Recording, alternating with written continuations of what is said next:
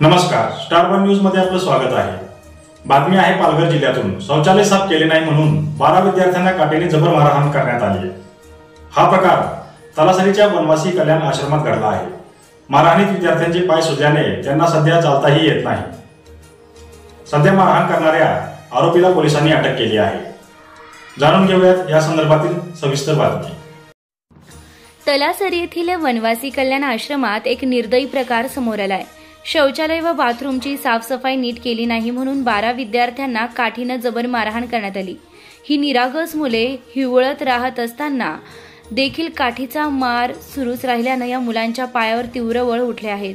विद्यार्थ्यांना मारहाण करणारा हा तेथेच औद्योगिक प्रशिक्षण केंद्रात शिकणारा असून आरोपीला पोलिसांनी अटक केली आहे। तलासरी तालुक्यात असलेल्या वनवासी कल्याण आश्रम येथे वसतिगृहात राहणाऱ्या 8वीतील 12 विद्यार्थ्यांना शौचालय व बाथरूमची साफसफाई नीट केली नाही म्हणून लाकडी काठीने गंभीर मारहाण झाल्याचा प्रकार समोर आलाय।